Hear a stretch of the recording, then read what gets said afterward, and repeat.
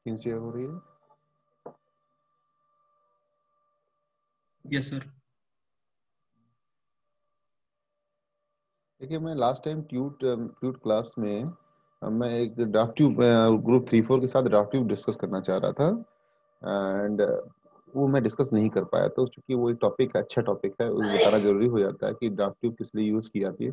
मैं जरा इसको यहाँ कवर करूंगा, ठीक है। मैं एक क्लास में इसको कवर भी कर चुका हूँ शायद ट्यूट क्लास में, बट मैं इसको यहाँ से कवर करके देना आगे बढ़ूंगा। बाकी लोग सुने इस चीज को।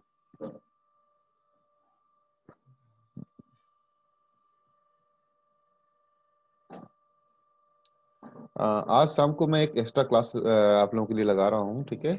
एंड कल भी एक एक्स्ट्रा क्लास लगाऊंगा, क्योंकि आपका जो सिलेबस है थोड़ा सा ऐसा है ना, इसने बहुत ज़्यादा चीज़ें ऐड कर दी हैं, इतना तेजी से हो नहीं पा रहा है इसमें, है ना। सो मुझे एक्स्ट्रा क्लास लेनी होगी, मैं टाइमिंग आप लोग को बता दूंगा, ठीक है। आप लोग अपनी कंफर्टेबिलिटी के हिसाब से मुझे टाइमिंग दे दीजिए। ये रात के 11 बजे तक कोई भी टाइमिंग हो सकती है, ठीक है। मैं आप लोग की कंफर्टेबिलिटी के हिसाब से कह रहा हूँ, मेरी कंफर्टेबिलिटी के हिसाब से नहीं, ठीक है।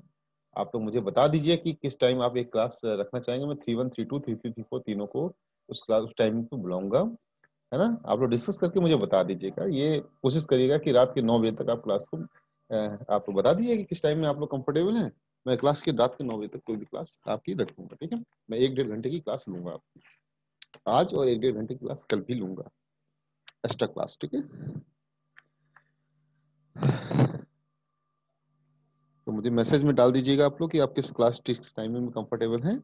मैं वहां पर ही क्लास रख दूंगा आपको, ठीक है।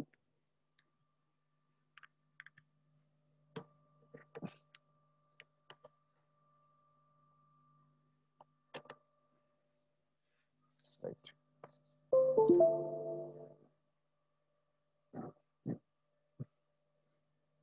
मैं आज आपसे डिस्कस करूंगा फिर से कि वो different type of draft tube कौन सी होती हैं और उन ड्राफ्ट ट्यूब का क्या पर्पस होता है, ठीक है। तो अगर मैं टाइप्स ऑफ ड्राफ्ट ट्यूब देखूं तो यहाँ पर this is types of draft tube. मैंने इस टाइप्स ऑफ ड्राफ्ट ट्यूब को थीथी ग्रुप में पढ़ाया है, क्यों? Hello hello, I am audible? Yes sir. Conical conical draft tube, इसका पहला टाइप है, this is conical draft tube कहलाता है, ठीक है। आपका कोनिकल ड्राफ्ट ट्यूब का मतलब क्या होता है कि ड्राफ्ट ट्यूब आपकी कोन की तरह हो, है ना, कोन की तरह हो, ठीक है।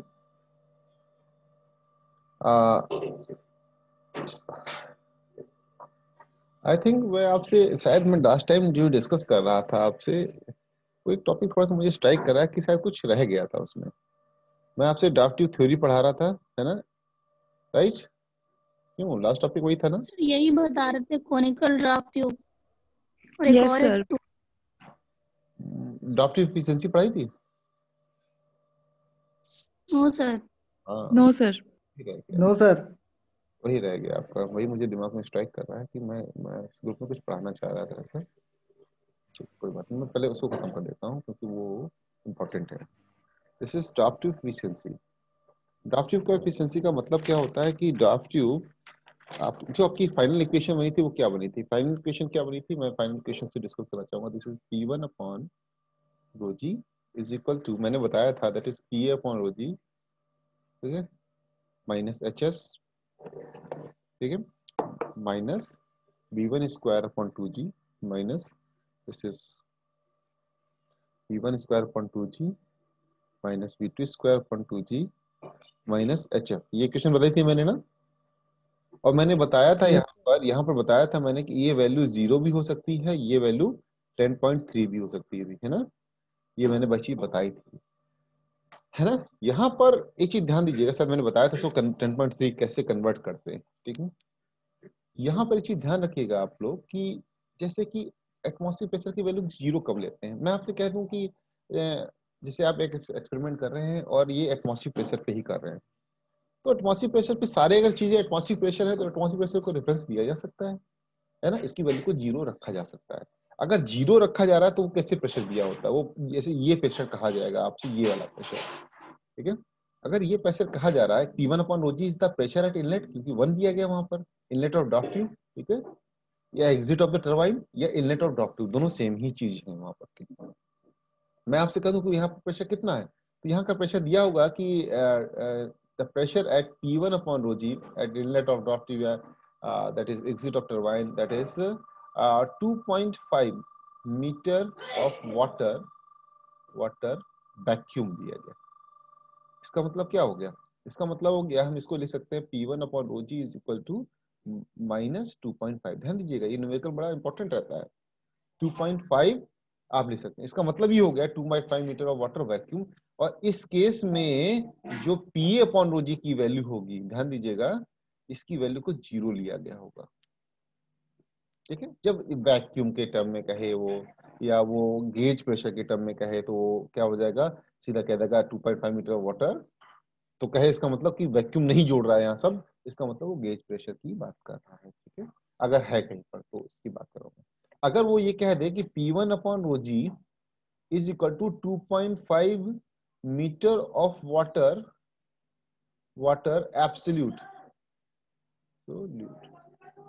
ठीक है, water 2.5 metre of water absolute, तो वो ऐसा कह देता है, ठीक है, 2.5 मीटर ऑफ वाटर एब्सोल्यूट। इसका मतलब क्या हो गया कि वो यहाँ पर एक्चुअल में मैं 2.5 नहीं कहूंगा। सपोज करिए कि पहली प्रॉब्लम में दिया गया है कि -2.5, तो इसका मतलब क्या हो गया कि अगर मैं इसी को P एब्सोल्यूट में कन्वर्ट करूंगा तो क्या हो जाएगा कि जो प्रेशर जो होता है, टाइप नहीं हो रहा है,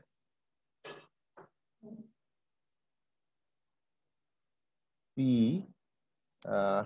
आपने पढ़ा था P absolute is equal to होता है in case of vacuum, that is equal to P atmospheric minus P vacuum. ये पढ़ा था, ध्यान दीजिएगा। यहाँ पर P एटमॉस्फेयर की वैल्यू को हम अगर 10.3 ले लें और P वैक्यूम की वैल्यू को पहले ऊपर क्या लिया हमने 2.5, तो माइनस साइन का मतलब यहाँ पर माइनस साइन बार बार नहीं लगाते हैं, -2.5 कर देते हैं। अगर मैं इसको सब्ट्रैक्ट करूंगा तो क्या वैल्यू आएगी, that is how much, 8 and point, तो 7.8 है ना, P एब्सोल्यूट आ जाएगा, ठीक है। तो इसका मतलब इसी वैल्यू को अगर मैं एब्सोल्यूट प्रेशर के टर्म में दे दिया हूँ तो क्या कहूंगा, that is 7.8 metre of water absolute. सारी बात समझे। तो जब एब्सोल्यूट के टर्म में दिया गया हो कहीं पर आंसर, या एब्सोल्यूट के टर्म में वैल्यू को दिया गया है, तो इसका मतलब उसने इसकी वैल्यू को 10.3 ले लिया। और अगर मैं इस वैल्यू को जीरो पुट कर दूं तो क्या हो जाएगा, that is -2.5 metre of water, सीधा क्या हो जाएगा वैक्यूम। हरी बार मेरी बात समझ में आप लोगों को, are you getting my point? Yes sir. किसी कोई डाउट यहाँ पर? ठीक है, मैं आगे बढ़ूं। ध्यान दीजिएगा इस चीज में, जब आपको कन्वर्जन करना हो, इस कन्वर्जन को न्यूमेरिकल में बहुत इसका यूज किया गया जब आप ड्राफ्ट ट्यूब के न्यूमेरिकल्स पढ़ेंगे तब, ठीक है। नाउ मैं अगला टॉपिक इसमें डिस्कस करता हूं, that is draft tube, efficiency of draft tube, efficiency of draft tube। efficiency of draft tube का मतलब क्या होता है, इसको efficiency draft tube को इससे प्रेजेंट करेंगे, that is actual conversion, this is actual conversion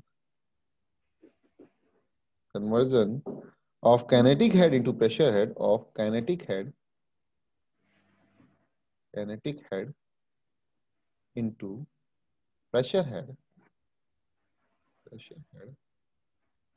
divided by kinetic head at the inlet of draft tube, kinetic head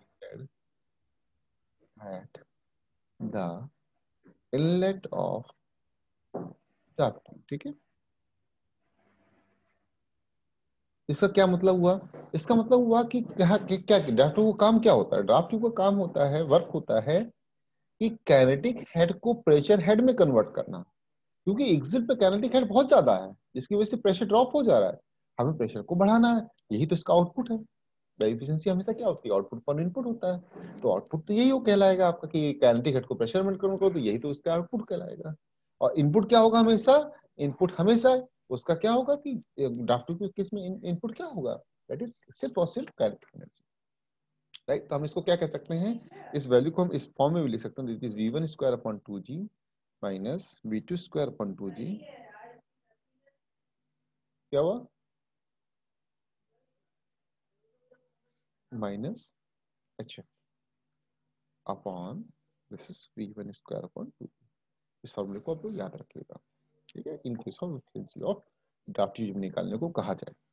अब ये वैल्यू कहां से आई, आपको क्या लग रहा है कि actual conversion of kinetic head into pressure head की जब बात कही जा रही है तो इसका मतलब क्या हो गया कि अगर कोई ड्राफ्ट ट्यूब दिया गया, सपोज करिए ये दिया गया 1 1 एंड दिस इज 2 2, है ना। अगर मैं आपसे कह दूं कि यहाँ पर क्या हो रहा है, यहाँ पर हो रहा है, मैं बर्नौली इक्वेशन को अप्लाई करके दिखा देता हूँ क्या हो रहा है। This is P1 upon rho g, P1 square upon 2g, ये अलग है, ध्यान दीजिएगा आप लोग, ठीक है। P1 square upon 2g plus Z1 is equal to V2 square upon 2 P2 square upon 2g, sorry P2 upon rho g, sorry this is P2 upon g plus V2 square upon 2g plus Z2, ठीक है, right. अब मैं सिर्फ बात कर रहा हूं कि कितना प्रेशर किसमें कन्वर्ट हो गया है इसकी वजह से, ठीक है। तो मैं क्या करूंगा, इस पैरामीटर को कंसीडर नहीं कर रहा हूं इस केस में, है ना। हम मान रहे हैं कि जिसका इतना एनलार्जिंग एरिया है उसकी वजह से कितना प्रेशर में चेंजेस आए हुए हैं, तो हम इसको सीधा कैसे कोरिलेट कर सकते हैं कि this is equal to how much, we can say कि पी जो प्रेशर है वो यहां से यहां कितना हो गया है, तो यहाँ पर प्रेशर ज्यादा है, यहाँ पर प्रेशर कम है, तो हम कहेंगे P2 upon rho g minus P1 square P1 upon rho g, यही तो प्रेशर कन्वर्जन कहलाएगा। P2 P1 में कितना, सॉरी P1 P2 में कितना कन्वर्ट हो गया, तो इसका मतलब P2 upon rho g minus P1 upon rho g is equal to क्या होगा, this is V1 square upon 2g minus V2 square upon 2g, यही तो होगा। अगर ये इक्वेशन रियल है, रियल का मतलब क्या है, प्लस HF और जुड़ना चाहिए यहाँ पर, इसका मतलब यहाँ पर माइनस HF और हो जाएगा जब इसको हम सॉल्व कर रहे होंगे, ठीक है ना। तो इसका इसी स्टेटमेंट का मतलब क्या है, समझ रहे हो ना, एक्चुअल कन्वर्जन ऑफ, एक्चुअल का वर्ड जोड़ दिया, इसका मतलब फ्रिक्शन को कंसीडर करेंगे। Actual conversion of kinetic head, kinetic head, ये काइनेटिक हेड कहलाएगा, यानी इनलेट पे काइनेटिक एनर्जी ज्यादा होगी, एग्जिट पे काइनेटिक एनर्जी कम होगी, तो V1 square upon 2g minus V2 square upon 2g रखेंगे into pressure head. Pressure head मतलब इसमें कितना कन्वर्ट हो गया, ऑलराइट। तो जब इसकी बात सिर्फ करेंगे, हमारे पास ये पैरामीटर रहेंगे, तो हम इसको इस तरह रिप्रेजेंट कर सकते हैं। तो इसका मतलब आउटपुट क्या हो गया कि कितना काइनेटिक एनर्जी में चेंज आया है, वो ये आया है, और एक्चुअल में चेंज में HF और जुड़ जाएगा, और इनपुट क्या रहेगा, this is V1 square upon 2। कोई डाउट किसी को?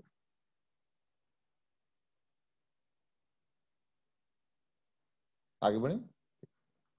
अब हम पढ़ते हैं कि काइंड ऑफ ड्राफ्ट ट्यूब। मैं ड्राफ्ट ट्यूब पढ़ा रहा था आपको, तो पहला ड्राफ्ट ट्यूब जो है that is conical draft tube, ठीक है। कोनिकल ड्राफ्ट ट्यूब जो होती है हमेशा, नंबर 1, कि हमेशा जो स्मॉल पावर प्लांट होते हैं, स्मॉल जहां पर टरबाइन लगी होती है, वहां पर इसको यूज करते हैं। इसका मतलब पहला पॉइंट क्या होगा, that is suitable for small small unit. जितना पर स्मॉल यूनिट रहेंगी वहां पर इसको हम प्रेफर करते हैं। इसकी इफिशिएंसी जो दूसरी है, इफिशिएंसी मतलब कन्वर्जन जो अभी बात कर रहे थे, that is around what, that is around 85%, right. तो इसका मतलब जो है conversion ratio that is also good, right. Small unit की बात क्यों कर रहे हैं हम यहाँ पर, ध्यान दीजिएगा कि ये जो वर्टिकल टाइप है, वर्टिकल टाइप में यहाँ पर सबसे बड़ी बात क्या होगी कि टरबाइन यहाँ लगी होगी। आप सोचो कि अगर मैं कर दूं कि बहुत बड़ी यूनिट के लिए लगा दूं इसको, यानी टरबाइन बड़ी होगी उस केस में, अगर टरबाइन बड़ी हुई उस केस में, तो इसका मतलब एग्जिट पे वेलोसिटी और भी ज्यादा होगी, और एग्जिट पे वेलोसिटी और ज्यादा होगी, तो आप समझ सकते हैं कि इस वेलोसिटी को कन्वर्ट करने के लिए हमें कितना बड़ा ये हेड डेवलप करना पड़ेगा, बहुत ज्यादा हेड हो जाएगा। इस H की वैल्यू बहुत ज्यादा हो जाएगी, है ना भाई। कन्वर्ट करने के लिए हमें ड्राफ्ट ट्यूब चाहिए ना, तो धीरे धीरे तो इसको, ड्राफ्ट ट्यूब तो हमेशा, या कोनिकल जो शेप होता है वो हमेशा धीरे धीरे वेरी करता है, एक साथ तो वेरी करता नहीं है ना। तो इसका मतलब ये जो H है, this H is going to be very very large, height है वो ज्यादा हो जाएगी, और ज्यादा होने पर यहाँ पर ये टरबाइन बहुत ऊपर चली जाएगी, और उस केस में there is several problems that like maintenance problem. अगर कुछ भी ऐसा टरबाइन में करना है तो इसको थोड़ा सा मेंटेन करना is quite difficult. So in this case we always prefer a conical type tube that is for only small units, right. तो हमारी जो लेबोरेटरी में, जो आप लेबोरेटरी में थे, वहां पर हमने जो टाइप ट्यूब का यूज किया हुआ, that is again we can say that is a small जो हमारे कोनिकल टाइप ड्राफ्ट ट्यूब का यूज किया गया वहां पर, जो आपकी लैब में भी जो रखी हुई टरबाइन उसमें, ठीक है। दूसरी टरबाइन है, this is elbow type draft tube, this is elbow type draft tube, elbow type draft tube. Elbow type मतलब जैसे हमारी एल्बो होती है मुड़ी बेंड शेप में, कुछ उस तरह का ड्राफ्ट ट्यूब का शेप होता है इसका।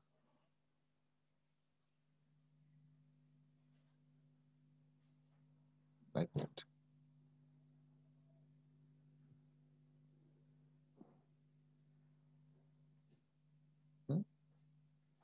ये एल्बो टाइप ड्राफ्ट ट्यूब। इस एल्बो टाइप में, ड्राफ्ट ट्यूब में दो टाइप है। पहला टाइप है आपका कि सर्कुलर जो एंड है वो दोनों साइड हो, और एक टाइप ड्राफ्ट में क्या होता है कि वन साइड सर्कुलर है, दूसरा साइड रेक्टेंगुलर, है ना। तो मतलब कहने का मतलब है कि this is one, this is two, मतलब बोथ साइड सर्कुलर, और दूसरा क्या होता है, one side circular and another side is rectangular. तो इसका रेक्टेंगुलर का मतलब कैसा शेप रहता है, देखिए।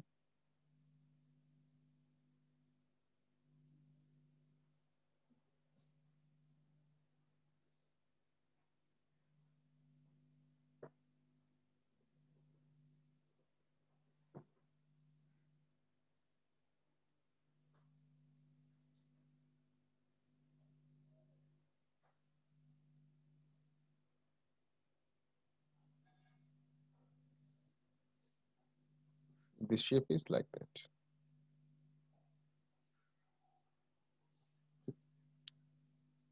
ये है ना। आज मैं इसके, कुछ बच्चों ने रिक्वेस्ट की थी इसके नोट्स फॉरवर्ड कर देंगे, मैं आज बिल्कुल नोट्स फॉरवर्ड कर दूंगा आप लोगों को, ठीक है। इसके जो मेरे पास पीडीएफ फॉर्म में नोट्स है, मैं उसको आज फॉरवर्ड कर दूंगा हर हालत में, ठीक है। ये ध्यान दीजिएगा कि इसमें दोनों हैंड हमेशा वाटर में ही रहते हैं, वाटर से बाहर नहीं जाएंगे। मंडे का आपका क्यूज है, सिलेबस रहेगा आपका इम्पल्स टरबाइन, रिएक्शन टरबाइन, जो भी चल रहा है सभी सिलेबस में का पार्ट है।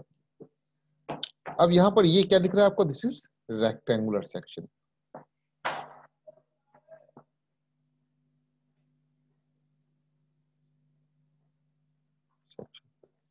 रेक्टेंगुलर आउटपुट कह सकते हैं।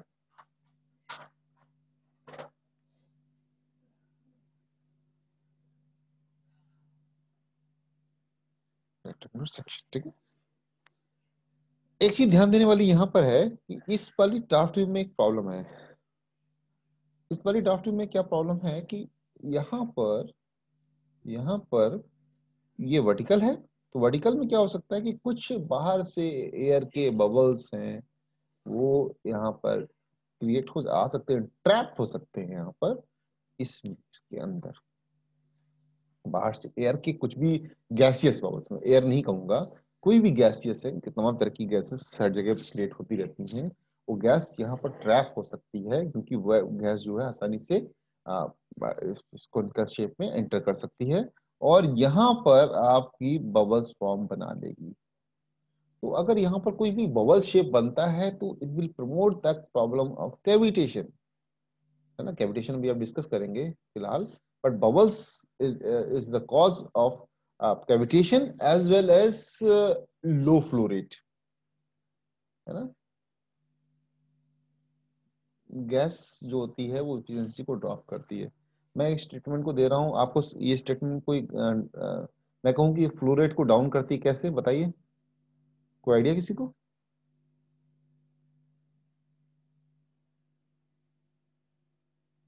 कोई गैस यहाँ पर अगर ट्रैप है तो वो फ्लो रेट को डाउन कर देगी, क्यों। I am audible? Hello class, I am audible? Yes sir. तुम लोग तो बिल्कुल सन्नाटे में चले जाते हो। ठीक है, मैं इस क्वेश्चन का आंसर देता हूँ। अगर मैं कहूँ आपसे कि यहाँ पर गैस आ गई है ना, बबल्स नहीं, बबल्स तो कोलैप्स होंगे, गैस के बबल्स कोलैप्स नहीं होंगे, वो फॉर्म रहेंगे, यहाँ पर गैस आ जाए यहाँ पर। तो मुझे बताइए कि जो डिस्चार्ज होगा यहाँ से, गैस का वॉल्यूम जो वाटर के वॉल्यूम की तुलना में कम होगा या ज्यादा होगा? हम्म?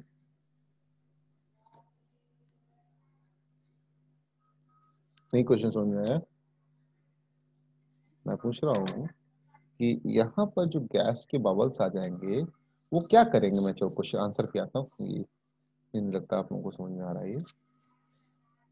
यहाँ पर गैस के जो बबल्स फॉर्म होंगे, वो गैस का जो वॉल्यूम होगा वो क्या हो जाएगा। ये वॉल्यूम, गैस हमेशा क्या करती है, ज्यादा वॉल्यूम ऑक्यूपाई करती है, ठीक है, गैस वॉल्यूम ज्यादा ऑक्यूपाई करती है। तो ये जो गैस के बबल्स यहाँ पर ज्यादा वॉल्यूम ऑक्यूपाई कर लेंगे, और अगर मैं इसी की जगह वाटर ले लेता तो वो वाटर का वॉल्यूम क्या होता, कम होता इतनी, है ना।